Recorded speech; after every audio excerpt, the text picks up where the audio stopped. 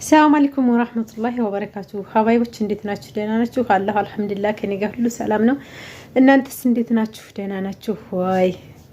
ጁሙአ ሙባረክ ሀባይቦች። ዛሬ ጁሙአ ነው። ፈካ ፍትን ነው ማለት ነው። ኢንሻአላህ ሁልጊዜም ቢሆን ሙስሊም ሆነን ላቅ ያለ ፍቅር አለን ማለት ነው። በእርግጥ ቀን ሁሉም ያላህ ቀን ነው፣ ግን የዛሬው ይለያል ማለት ነው አይደል? እና ዛሬ ይዤላችሁ የመጣሁት አይዲያ ማለት ነው። እውነት ለመናገር በባለፈው ያመጣሁላችሁ አይዲያ ብዙዎቻችሁ ለምን ብላችኋል ማለት ነው። አሁንም የዛው ተመሳሳይ ነው። ነገር ግን በመጥፎ ባህሪ አትውሰዱት። ሁልጊዜ አማርኛን ካዞር ነው ብዙ አይነት ፕሮግራም ውስጥ መግባት ያስችላል ማለት ነው። ነገር ግን ቀለል ካደረግነው ደግሞ ውስጣዊ ስሜትና ደስታ ነው ስላችሁ ደግሞ ምን መሰላችሁ፣ አንዳንድ ጊዜ ደስታም ያስለቅሳል በሚል አኳያ ነው የማነሳላችሁ ማለት ነው። ደስታም እንዲህ ነው ወይ ብላችሁ ትገምታላችሁ ማለት ነው።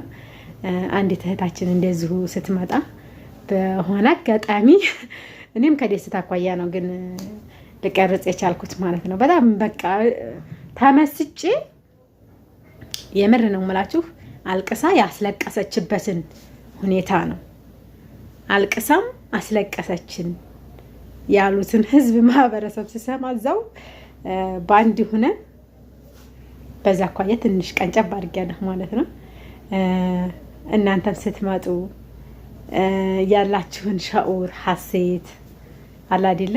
እስኪ ኮሜንት ላይ ያስቀምጡልኝ። ወደ ሌላ እንዳትወስዱት ብያለሁኝ። የምር ነው የምላችሁ ማለት ነው። እና እንደዛ ነው። በሌላ በመጥፎ ባህሪያት በመጥፎ ነገራት እንዳታነጻጽሩት ማለት ነው። ሲቀጥል ደግሞ እውነት ለመናገር ብዙ ጊዜ ኑረን ከስደት ወደ ሀገር ቤት ስንመጣ ያለንን ሁኔታ ነው የሚያሳየው ማለት ነው። ጠቅለል አድርጎ ይሄው እዚህ ላይ እንደምትመለከቱት በጣም ያኔ ከባድ ነው።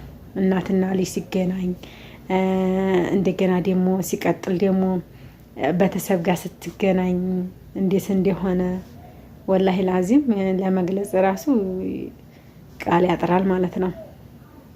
እና እንደዛ ነው ማለት ነው። የዛሬው ሀሳቤ ይሄንን ይመስላል። እናንተ ደግሞ ነገ ጧት እኮ ልንመጣ ነው ያላችሁን ሀሴት ያላችሁን ሸዑር ያስታውሳችኋል በሚል አኳያ ነው ማለት ነው። ሲቀጥል ደግሞ ምን መሰላችሁ፣ የሰው ልጅ ሁል ጊዜ ሰው ሀገር ላይ ስደት ላይ አይኖርም። አገሩ የሚመጣበትን ጊዜ ይመኛል። ከዛሬ ነገ ይላል፣ ያስባል። ነገር ግን ነገራቶች ሲጎሉ ከዛሬ ነገ ብዙ ነገር ውስጥ ሲያስብ ጊዜው ይሄዳል ማለት ነው።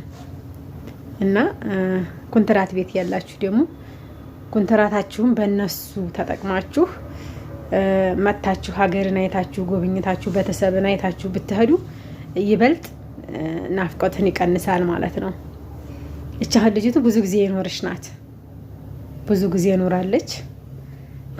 ብዙ ጊዜ ደግሞ የኖረና ወዲያው ቶሎ የመጣ ሰው አንድ አይደለም ማለት ነው። ያን ያክል ልዩነት አለው፣ በጣም ልዩነት አለው። እና እንደዛ ነው ማለት ነው። 10 ዓመት የኖሩ ልጆች 15 ዓመት የኖሩ ልጆች አሉ። ጠቅለል አድርጎ 8 ዓመት 5 ዓመት ውይ ከባድ ነው። አይከብድም? ግን ሳይመስላችሁ ነው ይሄ ሁሉ ጊዜ የሚያልቀው ማለት ነው። ጊዜው ሲሄድ ደግሞ ምንም አያስታውቅም። ጊዜ ሴኮንድ ነው በአሁኑ ሰዓት።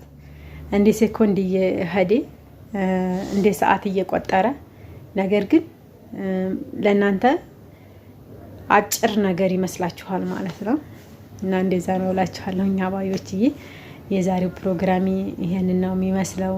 እናንተ ደግሞ ፕሮግራም አችሁን አሳውቁኝ።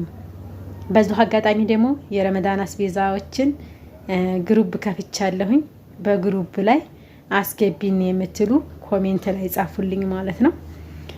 በግሩፕ ላይ ትገባላችሁ ማለት ነው። እሺ ሀባይቦችዬ ግሩፕ ላይ ማንኛቸውም ሰው ጓደኞቻችሁን አንዱን አስገባለሁ ካለ ከነ ዋጋ ዝርዝሩ ለምሳሌ የዋጋ ጭማሪ ዛሬ ስንት እንደው እለቅላችኋለሁ፣ ነገ ስንት እንደው እለቅላችኋለሁ።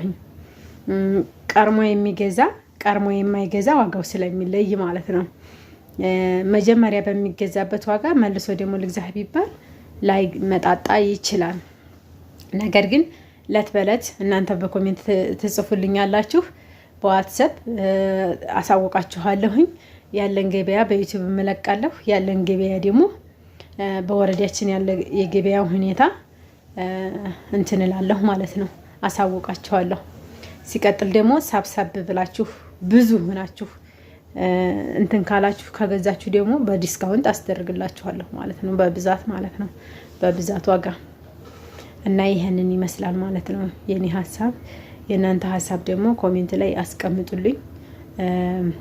ግሩቡን በተመለከተ ፍላጎት ያላችሁ እኔ ፈልጋለሁ ብላችሁ ኮሜንት ጻፉልኝ ማለት ነው። በየአቅጣጫ ያላችሁ ልጆች አንድ ሰው 2 ሰው 3 ሰው 4 ሰው ጓደኛ ሳይኖር አይቀርም ማስገባት ትችላላችሁ ማለት ነው። ግሩፕ ውስጥ